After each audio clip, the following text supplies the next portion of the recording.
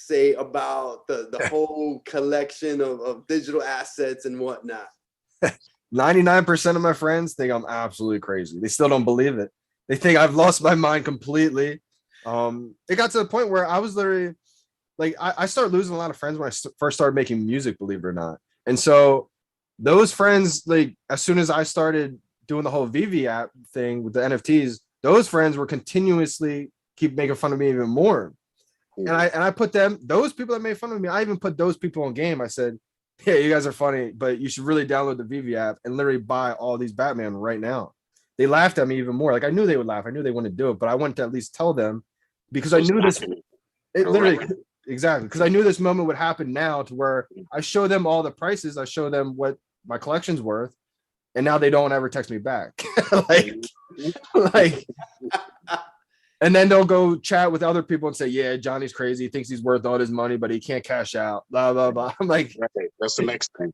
Yeah. Like, you see, they don't see it. No, man. And that's the thing. They don't see it. And when those people don't see it, it's like the saying, you know, you can lead a horse to water, but you can't make them drink it. That's right. I see that all the time.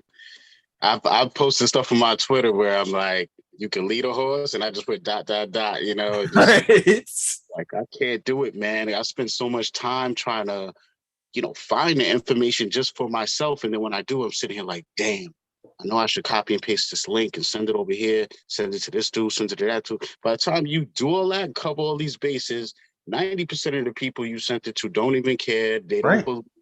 And then you don't waste so much time. Now you got to scramble and try and still get what you got to get for yourself. You know what I'm saying? So sometimes I'm just at the point where I'm like, look, I've put in so much work in disseminating information that I'm just done. Facts. Because we're in an information age, and if everybody is aware of that, then you know that, you know, it's a competition-driven society. So we're all privy to information. It's about who acts on it now. I come from the age of we didn't have information. You wanted to know something, you either had to, like, I'll put it to you like this. Hip-hop beefs right now happen instantly. Like, it could just be through Twitter. It could be through a misunderstanding. No, back in the days, if there was a beef, like, it was because, like, someone said something on a record, and then it started buzzing through the community, like, yo, is he saying that about such and such? Then you had to wait till the next month for the Source magazine or the Vibe magazine to drop, and they do an interview with the other person, and then they confirm it with beef. So you're like, oh, it is official. You're reading it. Now you got to wait again for someone to drop another record or do another interview. So it was a trickle down. It wasn't like not gonna happen like that. Yeah. You know, so it's like we're just in a whole different world. So I come from the age of like, you got to dig for information. And I've seen that whole thing change with the internet and everything. Like, we got Google in our hands now. We can Google anything. You got a encyclopedia. Like, back in the days, you had to literally go walk your ass to a bookshelf or a library somewhere to get the it's in your hand. So now it's like we all got that same advantage. So what's the real difference is who acts on it, who's capable of acting on it, all these different things. So that's where we are. Big time. My dad always talks about that too. I mean, my dad's one of those people who he doesn't even have a cell phone. He's so against technology, but he would use it for his benefit. Like, he always talks about people who, like, always constantly, they don't know how to do something, but they'll spend all their time watching Netflix, binging the new series. Or, like, he always talks about how we have everything we need in the palm of our hands these days. Just Google it. You can find out all this information on your own, but yet people would rather just binge watch, you know, series of movies instead of actually digging for that kind of information. And I feel like people that'll ask you when they can literally put the same energy into asking the phone. Exactly. Literally. Exactly, man. I mean, we live in an age where you can do it by yourself. And like you said, it's competition because everybody has it. So all equal opportunity now, literally. So absolutely. All information. So, by the way, in the chat, drop a like. I've got, if for whatever reason you're not subbed to Johnny Dunn's YouTube channel, it's pinned in the live chat right there. Go ahead. Drop them a sub if for whatever reason, like I said, if you're not already. So we're just getting to know him. You know what? Let's see. What about, talk to us about a grail on Veve. What is something that, a holy grail, that, you know, an item that you really want the most? So yeah, there's a couple I feel like holy grails on Veve. I feel like the one that I want the most, you know, I've been so blessed on Veve. I talk about this all the time. Like, I feel like I'm literally in a dream sometimes. Like, it doesn't feel real at times. feel like I have almost all the grails besides the one grail that's on Veve that I don't have. The Marvel Comics Secret Rare. I don't have that one. I think that is a grail. I was lucky enough to be able to get a low 3-digit mint of one of those common Marvel comics, which I was so happy I was able to get that for my collection, because I feel like for me, I was collecting all those common low digits, so I was lucky enough to grab one of those. But I don't have the secret rare, so that's one of the grails that I think will do great on Veve. But I don't have that one, so that's one that I wish I did comp at like 2K for sure. Yeah. Damn, man. I know. In hindsight, man. In hindsight, I should have sold one of my Nightwings that I got back in the fantasy football. Like, imagine that move. Like, since I won the fantasy football, I got a Nightwing out of it, so now I have 3. But I should have sold my duplicate Nightwing. Boom, got the Marvel Comics #1 in the marketplace for 2. Could you imagine that? And then I get my Nightwing back. I would be literally just, I don't know. Hindsight, that'd be the best move. But. All right, so what about in physical? Is there anything that a physical collectible that you would like to have? Yeah, there's definitely a couple. So right now, like you guys saw, I only have the Todd Batman. I do have a Rizzo statue here. I wanted to collect the full set of the first series of Batman. Right. And then I thought to myself, if I do that, I'm going to end up collecting the first season 1 Batman. I would literally try to collect the whole thing. So I'm stopping on that one. But I really want the whole, I'm trying to get the whole Batman collection on Veve. I would love to have the whole physical collection. That's one thing I would love to have. The Joker, FA, the Harley Quinn, the Penguin. Like, those are some statues that I really, really want. Comics too. Like, now that I bought the one comic, I'm just waiting for it to come in. There's a couple others that I've been looking at. I just don't have the money. I don't have the money to be buying them, or I really would. So it's kind of just so like on my wish list, I put it as basically. For sure. I mean, right now, I think the ROI is on Veve because, you know what I mean? I think that it's going to just keep exploding. You know what I mean? We're so early, and that's just how it is. You know, I think, you know, that's my opinion. I'm not a financial advisor. I don't know the future. Right. That's what I'm doing, you know? Right.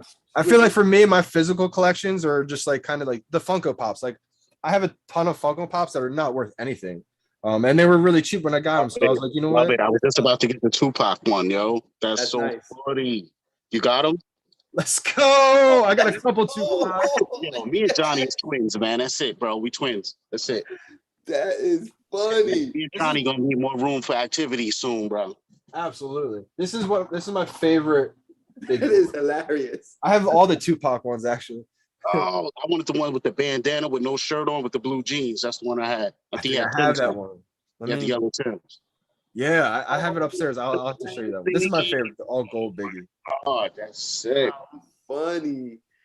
Super dope. I think I have that Tupac one you're talking about. I just don't have it down here. Lil Wayne is one of my favorite ones. I mean, obviously Lil Wayne. Man, yeah, I've seen that one too. He had another one, I think, with like black on or something like a black. Wow, I didn't see that one. Yeah, yo. I'm gonna have to get that one. That's sick. And then this one actually just came out. So I would say a couple months ago when I finished ordering all my Funkos. Yes. Like the last one, and I got the AI one.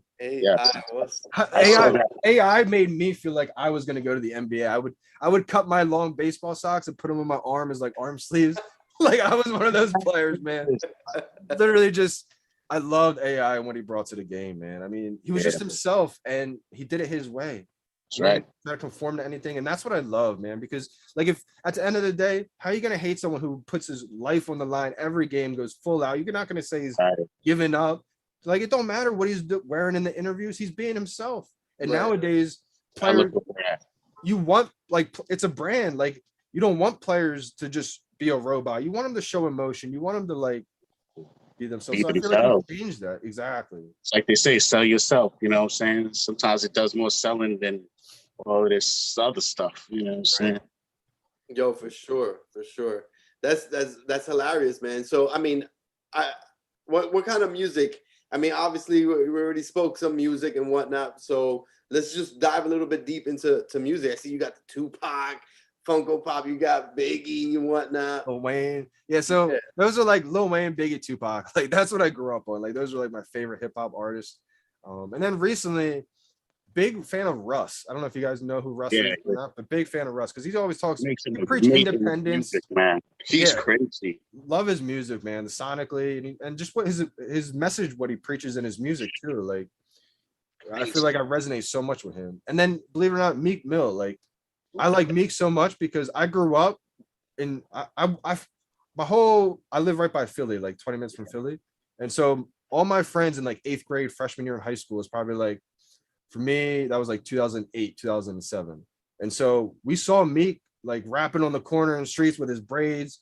Yeah. Or he was Meek Mill today. And so all my friends were like, I found him through my friends, and we all were following his come up through the Flamers 1, 2, 3, like his mixtapes. And to see where he's at today, like a full-blown mainstream artist, like I am addicted to watching people blow up like that because it's motivating as anything, inspiring. Like I saw Meek Mill do it. I believe I can do it. I can do anything now. And some people don't have that mindset because they're like, oh, that's Meek Mill, though. You can't do that. Right. Like that's the They don't understand Mill, how much from the bottom he came. They don't they need to go back and watch some Smack DVDs and see him on the corner looking dusty. Looking dusty, like he they just see the Meek Mill now and they're like crime, and then they would like rap, you know. It's like, all right, just carjack somebody, but oh, here's a verse. You know, it's like, wow. But yeah, you're absolutely right, man. It's motivational, you know what I'm saying? But the problem is, a lot of people always like to see the cooked product and not what went down in the kitchen. You know what I'm saying? They don't like the part where they was cutting the animal up and taking the skin off. They just want to see the hot meal steaming. You know what I'm saying? on the plate, all ready to serve. And that's the thing. Like when I tell people, like, if Meek Mill can do it, I can do it. They're like, that's Meek Mill.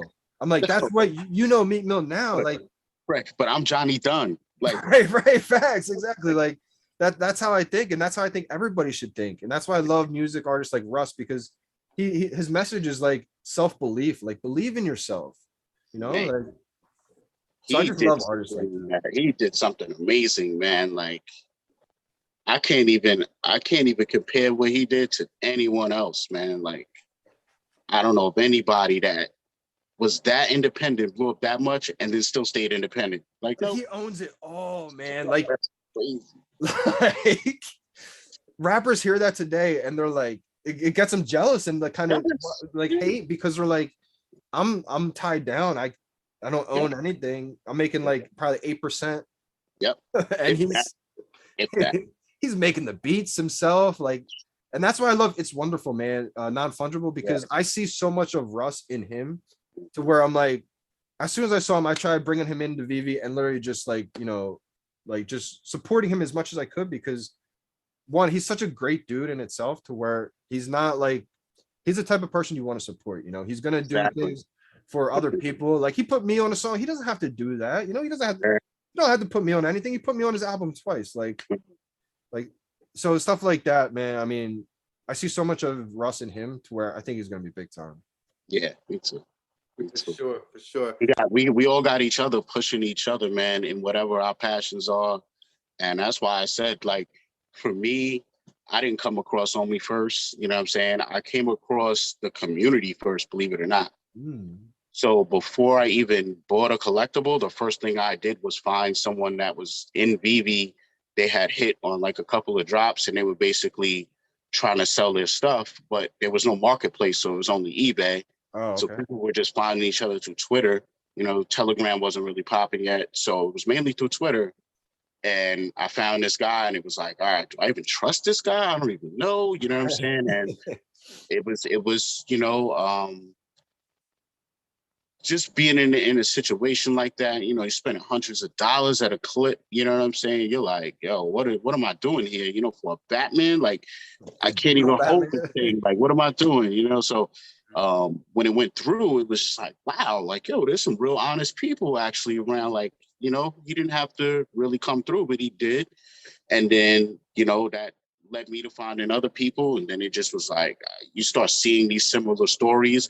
You start seeing the stories of somebody who hit on a drop and then listed it for $7. And then someone bought it. And then they actually are trying to find the person to return it to them. You know, I see that happen like 3 times. And I was like, what community am I part of? Like, what is this? Like, what is this, bro? Because I'm a very honest person like that. And most industries you're engaged in, you're not going to find a group of people that's like this. So. No, not at all. That's awesome when you said that, man. And I've seen that. I've seen that happen too. So, I mean, coming from the physical collecting world. I definitely say that the people from Veve that I've interacted with are, look, everybody has a different experience, but in my experience, they've been a lot more welcoming, a lot more friendly, a lot more down to earth. Right. Just real. So, okay. I have a question I want to ask. If you could have Veve create an NFT, what would it be of? Ooh, like anything randomly. Yeah. Wow. He's pulling out the bangers tonight. That's it. That's Anything. it. Anything. Okay, you know what? I actually have a perfect answer to this. Wow. Wow. Okay. Because I have the clips of my VHS, I literally have like videotapes of me playing golf on Channel 6 Action News. If I could get like a video clip footage of me being a 4-year-old as like an animated NFT on Veve. Exactly. I was about to say, I want the secret rare Johnny Dunn hitting the hole in one right now. Oh my God, what? How crazy would that be? Like I have the interview and all. Like I kind of just want to show the community because it's kind of wild, man. Like I look back on it and I'm like, I don't remember it all. Like I'm in diapers. Like, how are you gonna do that though? You have to take it from VHS and then like port it over to digital. How are you gonna do it? Like screen record it with your phone? Like I don't know. So I mean the crappy choppy way would probably screenshot it from my phone. That's probably how I do it. There's a way to convert VHS to DVDs. I haven't done that yet. We've always been saying we were going to do it. We should do it before it's like not possible anymore. And then from DVD, I imagine there's a way to like import it into like a computer and like. Exactly. I think once it's converted digital, it could go on any medium. So whatever data is to write to DVD, you should be able to. Yeah, that would be unbelievable. Could you guys imagine that? Oh my God, I'm getting the chills for that one. That would be incredible. That was a crazy question. I didn't ever even imagine that. I mean, that's where we're going. Imagine when we're all in our virtual places or living rooms, and like right now I have pictures of my kids and my wife and but what about my virtual world, man? Like that's what I'm talking about. That's 100% going to be a possibility one day. Like scan your physical childhood photos or something, and now the same way we have the augmented reality, boom, you got it digitally. That's wow. They're gonna have stuff where already they have stuff where you're able to kind of scan your body, and then they can tailor make clothes that fit the contours of your body. They have these services where every month you receive clothes, and so I saw that on Shark Tank or something like that. Exactly right. So I could easily see where your avatar. Like right now, I have a friend who we're in the same rap group, and he does digital comics right now. He's working with the same brand that's on Veve that makes comics on an iteration of Spider-Man. But so he has like all of these pictures of me and stuff. So, we have like our own group comic book coming out, all types of stuff down the road, digital. So he has sent me images of myself rendered in all of these different scenarios, space wars and all types of crazy stuff. So it just had me thinking like, damn, like one day I'm gonna be able to pick which avatar and clothing I want. Then I might just be able to have, something screen record me and whatever I'm doing with my body, it just records it as a loop, a 9-second loop or whatever it is. And that's the animated, Wow. Yeah, that's gonna be crazy. Like you could have, my baseball swing, my golf swing, or whatever the case. You freestyle and stuff like whatever. Man, we got to develop this technology, bro. We gotta get on. Yeah, for real. Or an Allen Iverson rookie card. Maybe we could do a pre-braids. Oh, wow. A BGS grade 8, SP Allen Iverson.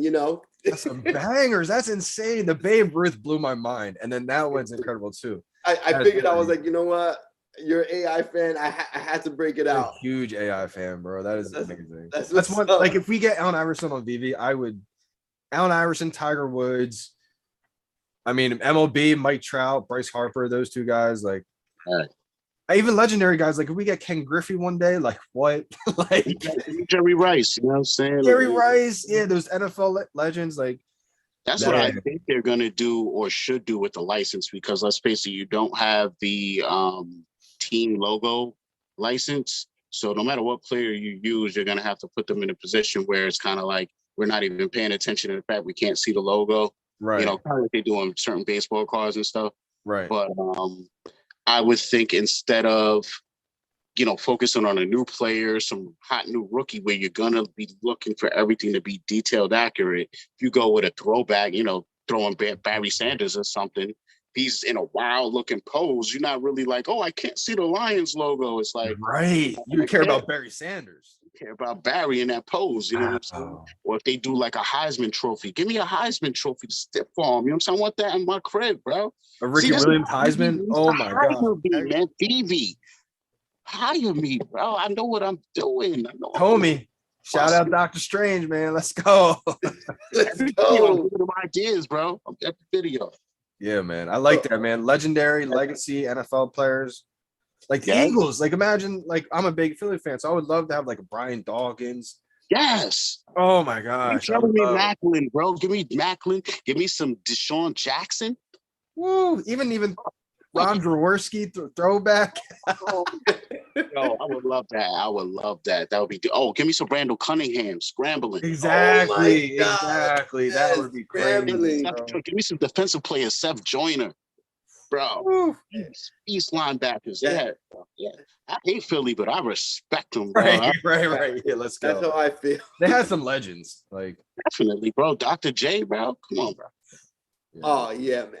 Although he belongs to my team officially, the Long Island Nets, not the Brooklyn Nets. Are you still a Nets fan? No, I'm not. I'm a Knicks fan. Okay. Yeah. Moment of silence, everybody. Yeah. There was a silence too. That's hilarious. I like the Knicks with Melo play, man. I'm a big fan of Melo. I don't know how you feel about Melo, but I love Melo, bro. I'm a big fan of Melo. Yeah, man. So I mean, okay, so we've kind of speculated on the whole Veveverse. Where do you think we're gonna be in 5 years with the whole Veveverse? Okay, so 5 years from now, I think it's gonna become a lot more frictionless, a lot more seamless going into that metaverse. Like I don't have the Oculus right now, so I can't tell you exactly, but I feel like how bulky it is and everything, it's still like early cell phone days. Exactly. Where like if you told people you're gonna wear that Oculus around all day, every day, you would look at them like, no, I'm not gonna wear that. Same way, like you're gonna carry that brick cell phone around with you with the antenna all day, every day. No, you probably wouldn't. But the cell phone slimmed down, and now they're literally like with this case, like this sleek, and it's in my pocket all day with me. Good or bad, that's another debate, but it is. Exactly. Same with, so I imagine maybe not as slim as these, but like one day, I feel like the augmented reality is going to be as slim as this. The virtual reality will eventually slim down. And I think we will be wearing augmented mixed reality glasses, like literally almost all day, because like with the Oculus, you can look down and, you know, go on your phone, bring up this. And I had these visions back in like 2013. I was over a friend's house saying like, cause we had like a big cell phone debate. I was telling them, dude, eventually augmented reality glasses are gonna be so good. You're just gonna look down your phone or your hand and be on your phone. You're not gonna carry around a cell phone. Exactly. And people were telling me, my bad. People were telling me like, there's no way, bro. Like I've had a cell phone my whole life. And I was like, no, you didn't. You got a cell phone in 2008. Right. And before that, you didn't have a cell phone. So like technology always changes.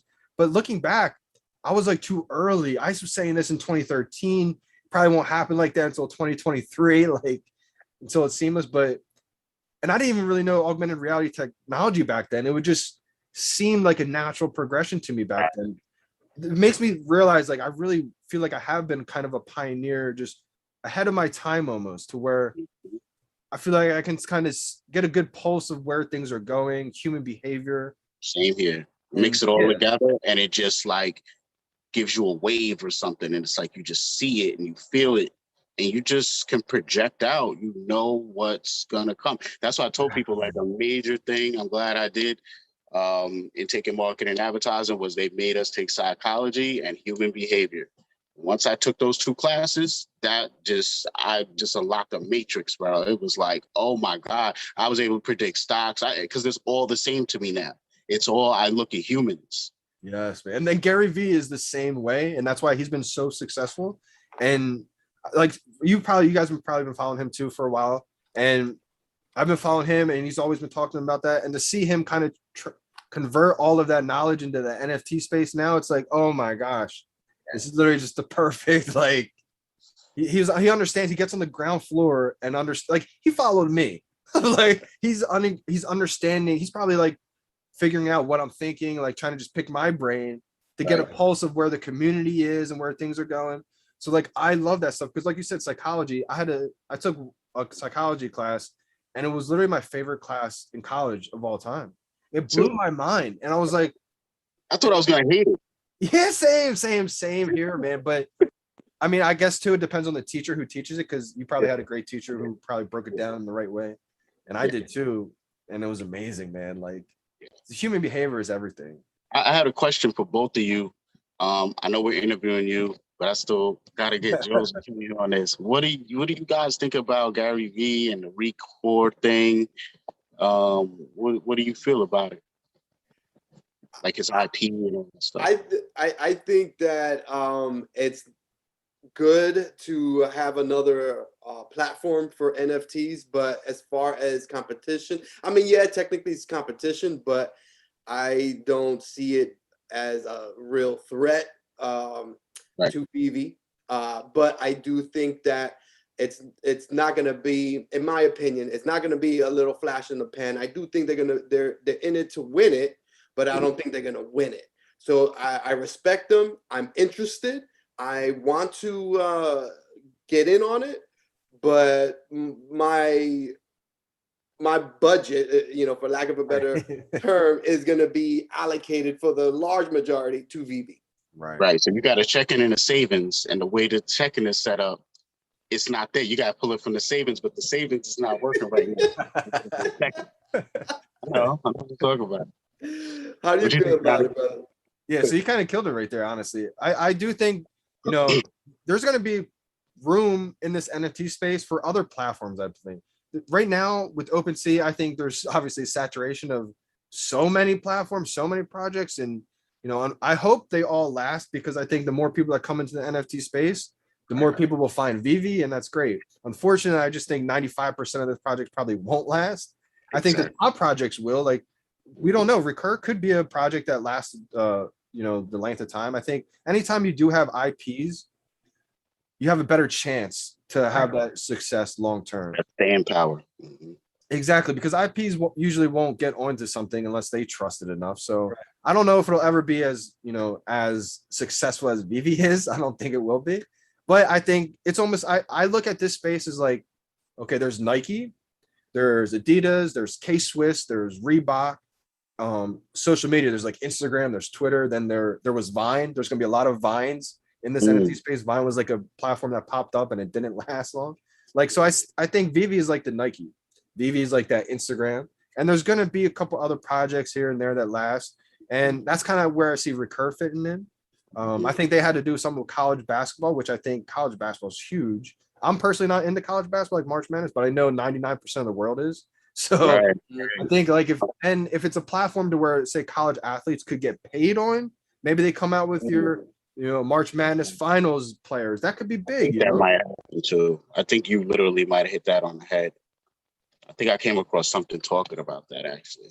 I just say, because I wish I was still in college, because now college players can get paid. So I was like, wow, of course, right?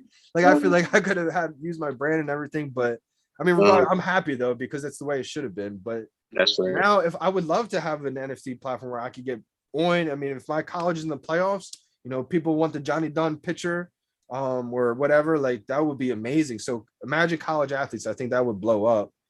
If that's the case, they do have college basketball players, and I think it could, it could be. I don't think it's direct competition to Veve. It's just like another little like. Right. Check out my new vision. Check out my new vision real quick. Check out my new vision. This is called the hybrid NFT. So it shows it from the back. Johnny's on the mound. You know what I'm saying? Hey, you can see the batter, but it's just far away. You just see Johnny's back, right? He's winding up. He throws a low pitch down the middle. All of a sudden, it flips around, and the batter is holding a golf club, and it's Johnny again, and he's swinging the golf club at the oh my God. Boom! And then he hits it out of the park. Hits it out the park with the golf club.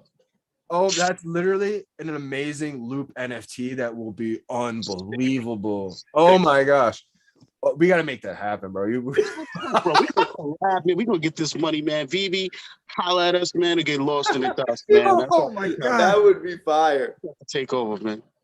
Wow. And then it goes out of the park, and then you think it's over, and then all of a sudden it goes right into the little golf hole. Oh, outside the park.